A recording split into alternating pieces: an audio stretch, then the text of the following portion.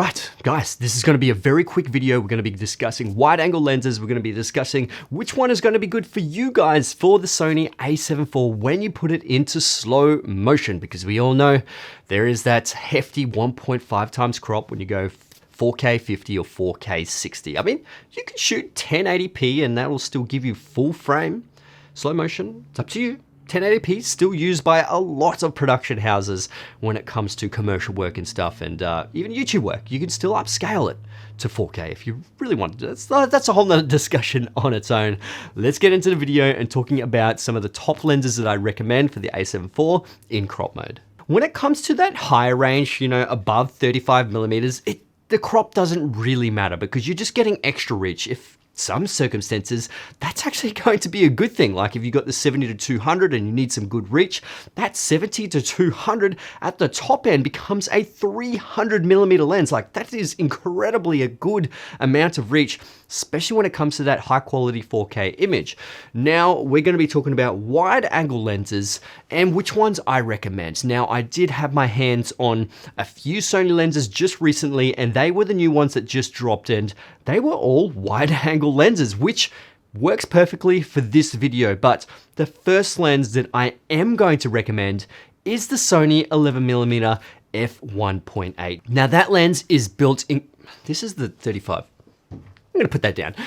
That lens is built incredibly well. Like it is an f1.8, it's 11 millimeters at the wide end. So on full frame, that gives you about a 16.5 millimeter full frame equivalent. So that can be really, really good for vloggers, especially if you're doing stuff like this, or you are physically walking around and vlogging, if you're doing some real estate videography, if you're doing some travel videography. 11 millimeters on full frame, well, it is APS-C, so 16.5 millimeters on that full frame is an incredible focal length. And look, if you do need wider than that 16 millimeters for real estate, you could go the Sony full frame 14 millimeter lens. Sure, it is pretty expensive, but it is super wide, it is super sharp, and it does incredibly well. But we're gonna be talking firstly about this 11mm lens because it is an f1.8. It has that new XD linear focusing motor in it, so you can do consistent and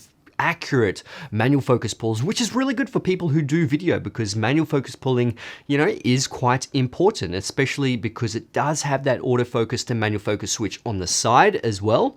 And it also has a custom button, so that is good. But that manual focusing, it is so much easier in the newer Sony lenses because of the way that the lenses are actually designed. It's designed on a magnetic rail system, and that allows for fast and more accurate manual focus pulls, and obviously fast autofocus stuff as well. Now, the one thing you might not be used to when it comes to full frame is that the front filter thread is 55 millimeters. Now, I know a lot of full frame lenses have a front filter thread of about 67 millimeters, so there is a little bit of a difference there, and you do have to get those step-up filters, so you can obviously fit your ND filters onto the front there. You just have to be aware of that. Now the next one we're going to jump to, and if you do want to utilize your 24mm G Master lens, which I'm using right now, it's an incredible lens for the Sony A7 IV. But like I said, if you do have it in slow motion and you got it into that crop mode, it's not a 24mm lens anymore. It ends up being like a 32mm lens because of that crop. Now, this is where you're going to have to get the 15mm f1.4. It is an incredible lens for the APS-C cameras, but it does have its price tag. So that's where closely behind it is that 16mm, the OG, the 16mm f1.4. Now I did a video comparing the two, the 15mm and the Sigma 16mm. You can watch that, link will be in the description below, but those two lenses are almost the same. They're incredibly perfect. There are a few minor differences, like the 15mm is just feature packed. It's got autofocus, manual focus switch. It's got a customizable button. It's linear focusing when it comes to manual. Whereas the Sigma, it's basic as heck. It is pretty much got nothing, just a focus ring on it.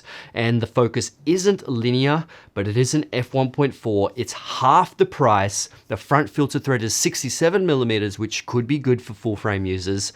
And yeah, half the price. I mean, that's a pretty big seller already. But if you do want, you know, build quality, if you do want weather sealing, if you do want a few of those extra buttons that the Sony 15mm has, then obviously you'd spend that little bit more money to get the Sony one.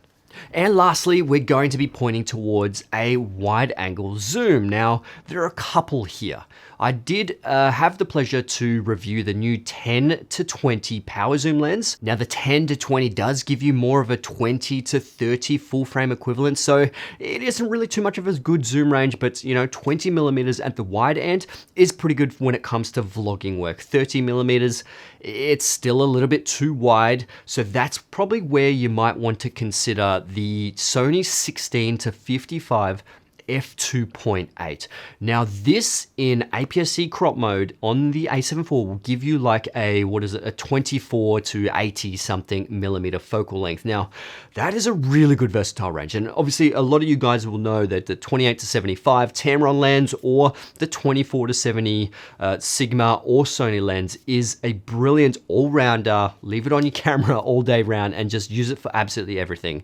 So the 16 to 55 millimeter lens could be a really good option for you guys if you want to utilize that zoom range in slow motion on the A7IV. Otherwise, you do have a slightly more budget option, and that is from Tamron. It is the 17 to 70, and that one does have VC, so vibration control, or whatever they want to call it, vibration compensation.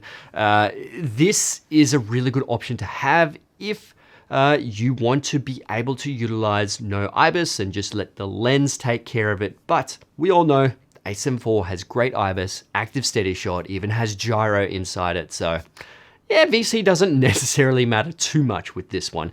But those are the nice three options if you did want a wide angle zoom lens in slow motion on the A7IV. But anyway, guys, that was a quick video on wide angle lenses for the A7IV. If you did want to see the reviews of those lenses, link will be in the description below. Yeah, other than that, I'll see you guys in the next one. All right, let's get it.